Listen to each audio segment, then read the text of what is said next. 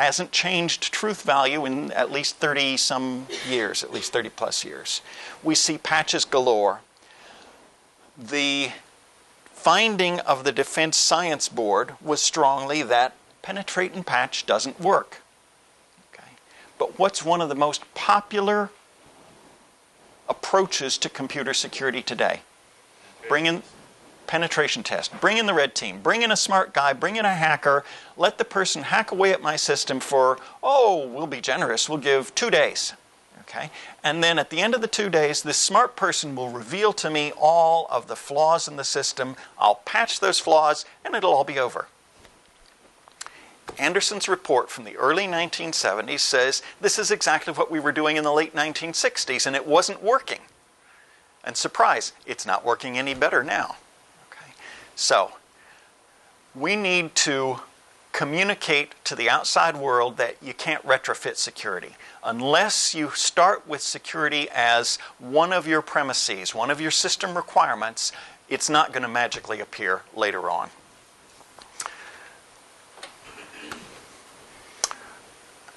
Okay, what's the second fallacy? The second fallacy is we'll do privacy later. I mean, privacy should be easier than security, okay? Because we should just be able to sort of paper over things or conceal various pieces. Okay. Again, early 1970s, Willis Ware with the Rand Corporation did some wonderful work. He chaired a panel on behalf of the Department of what was then called Health Education and Welfare. And his panel put forth a set of fair information practices.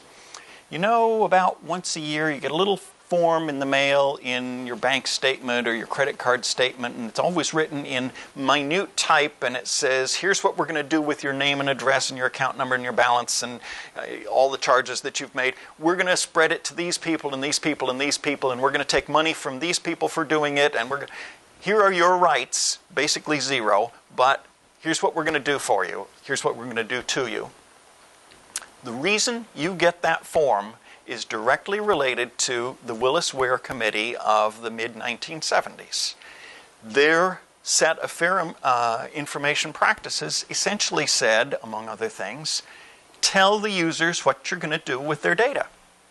And then do only that with their data. Don't do a bait and switch. Right now, we have an absolute mishmash of privacy in this country. We have laws that protect privacy of banking records. We have laws that protect privacy of health records. We have laws that protect the privacy of student education records. We have laws that govern what the government can do with data. But it's all sort of a mishmash. The laws don't coordinate. There are gaps, obviously.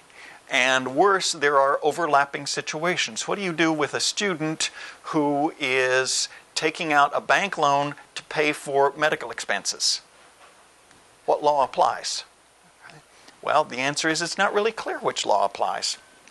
But because we have this mishmash of privacy policies and privacy technologies and privacy requirements, we don't have a uniform approach to privacy.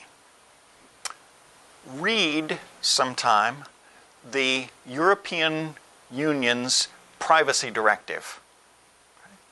The European Union Privacy Directive, again, comes directly from the Fair Information Practices. If you read Willis Ware's group's report on fair information practices, and then you look at the EU Privacy Directive side by side, you're going to see it's almost line by line the same thing. Where a report says you should use data only for the purpose for which you collect it, EU says you should use data only for the purpose for which you collect it. Where a report says you should provide adequate measures to protect the security of private data, EU privacy regulations say you should use adequate security measures to protect the privacy of sensitive data. Line by line, they agree almost straight down. The European Union read the Ware report. The U.S. has not read or failed to understand it and is still laboring under the misperception that we can fix it by adding privacy on later. Okay. Once again, we can show this doesn't work. I have a reference here to a wonderful researcher named Latanya Sweeney, who has shown the capability of data aggregation. And she took, just as an example, the governor of the state of Massachusetts. She happened to be in Massachusetts at the time. Because the governor was a public figure, there was in the newspaper an announcement of when his birth date was. Okay. So she found out when his birth date was, not even his birth year, just the month and day of his birth date. She knew where the governor's mansion was located, so she got his zip code, and she knew he was a male.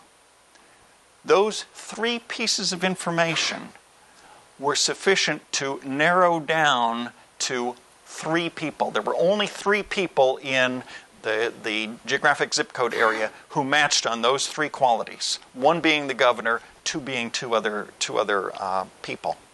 What that says is any information that you think was collected privately and was anonymized because all you reported was zip code or birth date, all of that information with the appropriate aggregation techniques can be brought forth and can trace back to a single individual.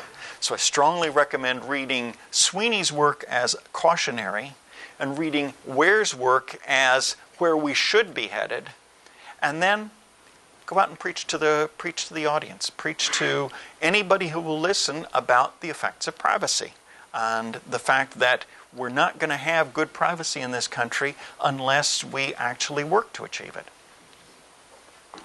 So what's another dumb idea? Well, another dumb idea is that encryption cures all. I told you I was going to reflect some of my experiences from consulting. Two different anecdotes. Anecdote number 1 is I got a call from one of my clients about 2 months ago. Client works for Department of Health and Human Services. And the client said their particular unit in HHS was running around like mad because they had gotten a mandate from the chief security officer for the chief technical officer, for HHS, saying all laptops have to be encrypted. And so she said, fine, we'll go out and encrypt. What's the best product? Well, as you well know, there are lots of different products on the market. They do different things. They operate different ways.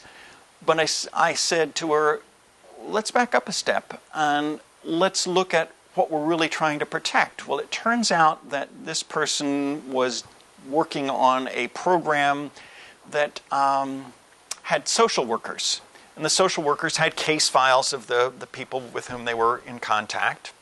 And they needed periodically to sync those case files back with the home office and report to the home office. So where were these social workers? Well, some of them were private individuals and were walking around with laptops. Some of them were in university settings and had Unix computers. Some of them were in major professional groups and had networks of computers. So all sorts of different things. So it was a situation in which one product wasn't going to fit all.